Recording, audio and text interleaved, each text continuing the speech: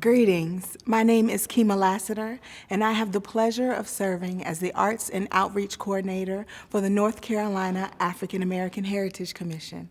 I'm here today at the Kinston-Lenoir County Public Library for our third installment of our My NC from A to Z virtual program series entitled My NC in My Backyard.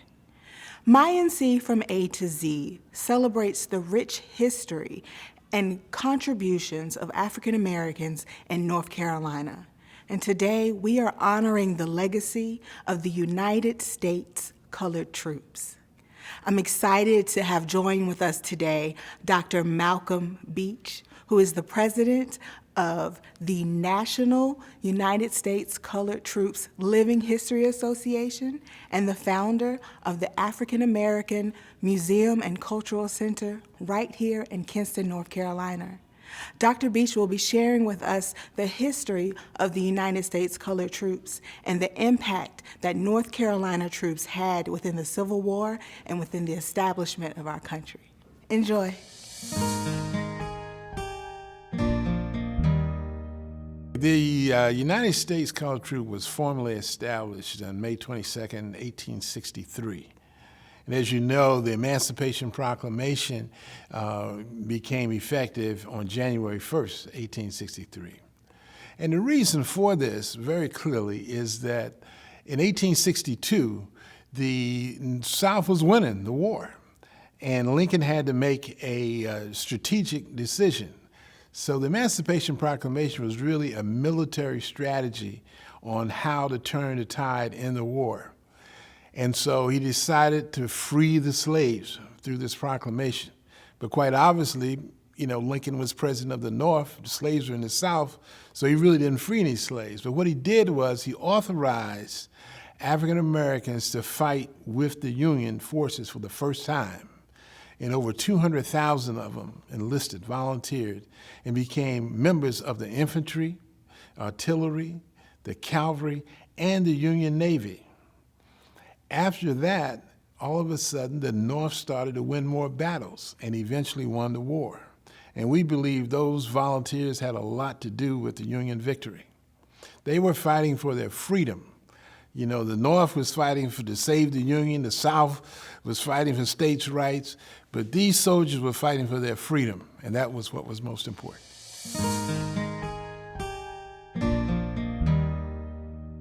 Well, let's just talk about North Carolina for a moment, because that's really how things worked.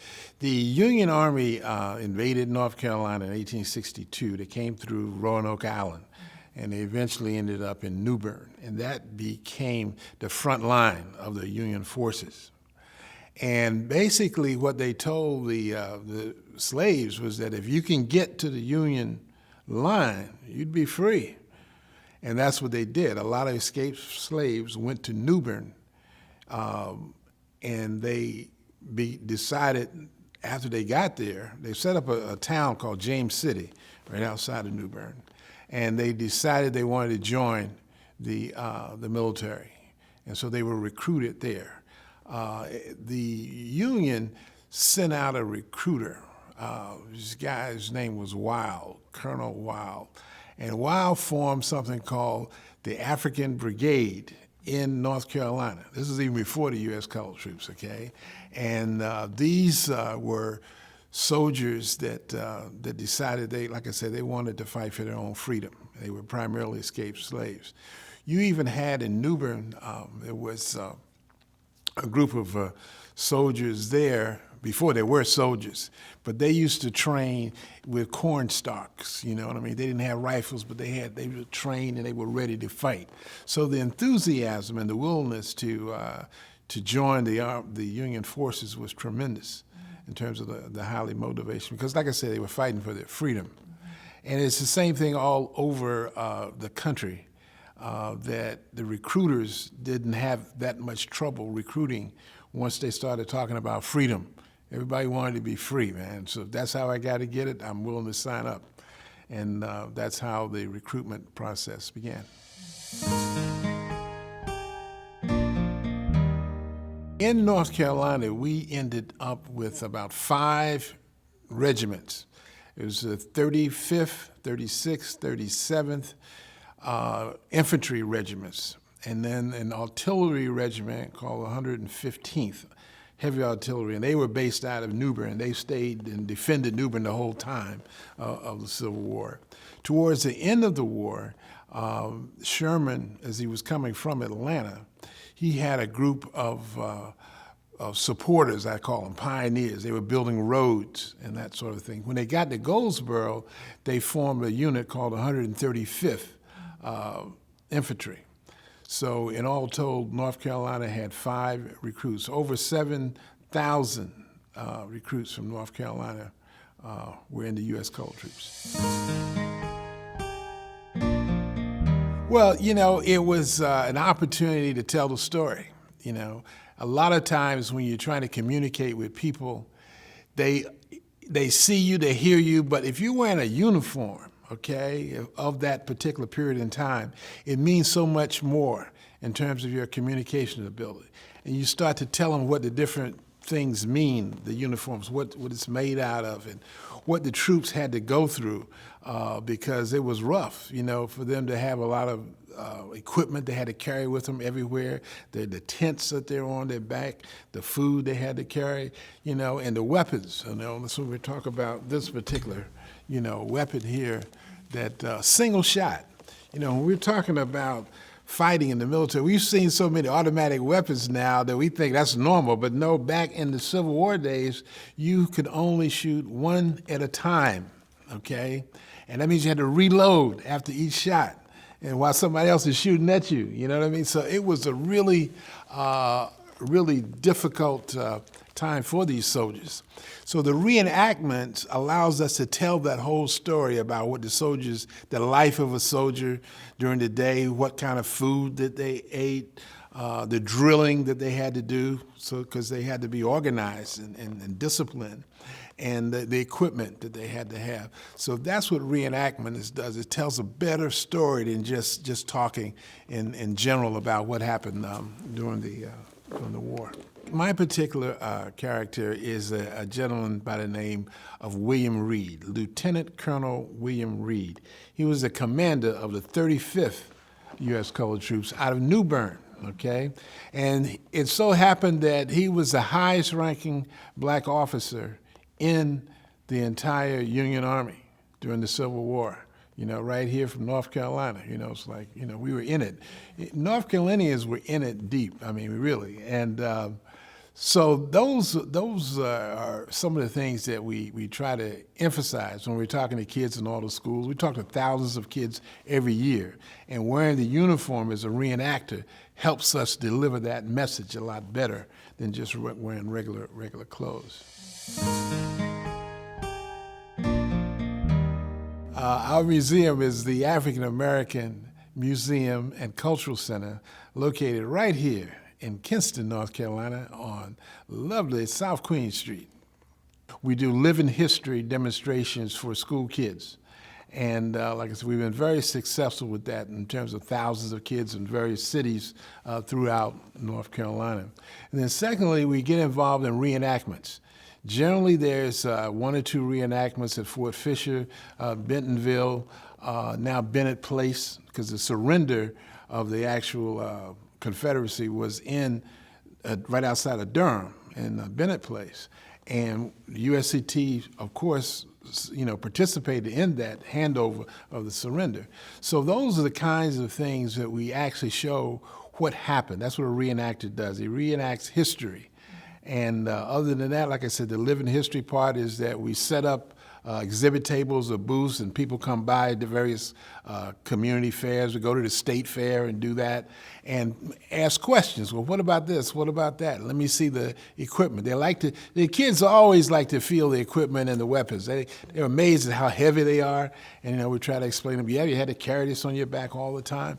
And so that's how we are able to do that. And as I mentioned before, we do symposiums. We actually bring in scholars from around the country to come in and talk about the history of the Civil War and the participation of African Americans. You know, we had a lot to do with it. I mean, we had something called the Black Spy Network. Can you imagine 1,000 black people that were connected in the same network, and they were spies. We had women in the Confederate White House in Richmond. This one lady was a maid, and so whenever Jefferson was, talking about his strategy, what he was going to do, he said, well, don't worry about her. She can't read or write. She was an English school teacher from Philadelphia, you know what I mean? So everything that they were talking about, she was feeding it back to the Union forces. So there was a lot of that activity. I mean, the same thing here in Kinston, the Confederates lost the battles of Kinston, but the plans, the layout of the Confederate fortifications somehow appeared on a tree, where the people from New Bern that were coming over, they said, oh, okay, well, this is where they are, magically. So the spies from Kinston are the reason that the Confederates lost the Battle of Kinston, So that happened all over the United States, that the black spy network was tremendous. A guy named Martin Delaney, Major Martin Delaney, was the head of that particular network. Our museum here in Kinston was founded 20 years ago. In fact, in 2021, we're going to celebrate our 20th anniversary. And it was founded basically to tell this story.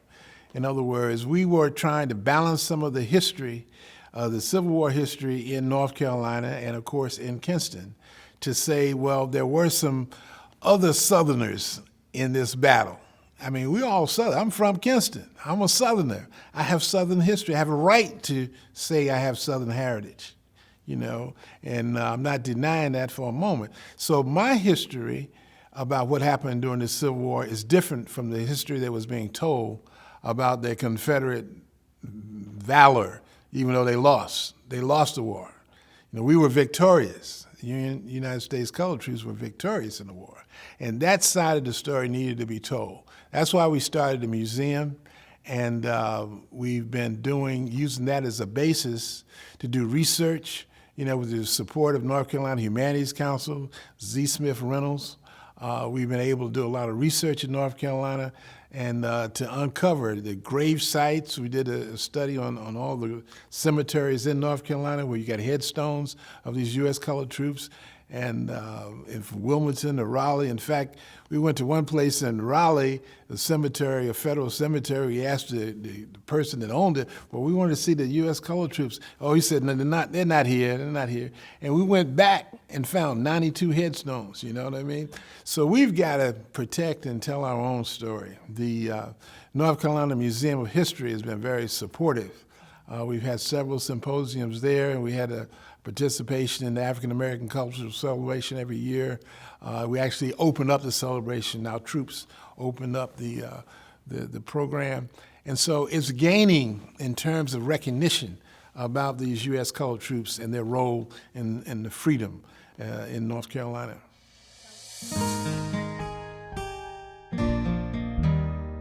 People need to understand that a couple things. One is very clearly the Civil War was one of the most significant events in African American history.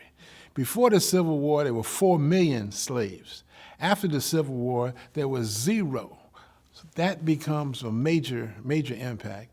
And the fact that 200,000 of these slaves, ex-slaves, fought for their freedom, that means the slaves freed themselves, okay? So it wasn't like they were sitting around waiting for somebody else to do it. They freed themselves, they made the sacrifices, and they freed themselves. So the freedoms that they enjoy, we talk about Frederick Douglass, these guys earned the right to citizenship. When we talk about the right to vote, the right to citizenship is very important. And they earned the right, they fought for the freedom. And, that is what should be remembered. Well, the pictures that you see on the right is it's a battle of, I think it's Market Heights. And it was one of these battles in Virginia where we've got 16 of these soldiers actually won Medal of Honor. They were such bravery demonstrated that they won Medals of Honor at that particular battle. On the left, you have a picture of a memorial.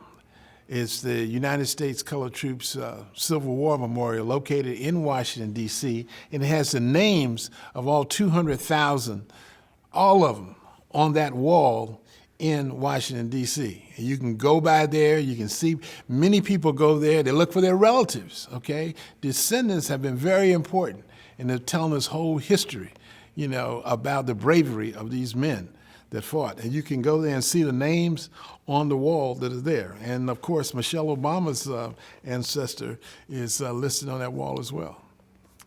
Wow, we learned so much today. Thank you all for joining us.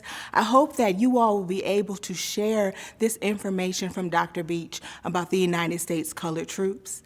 We want you to join us again next week for the 4th installment of our MyNC from A to Z virtual program entitled MyNC in My Backyard in Wilson, North Carolina with Bill Myers of the group The Monitors. Thanks so much, and we will see you soon. Have a great evening.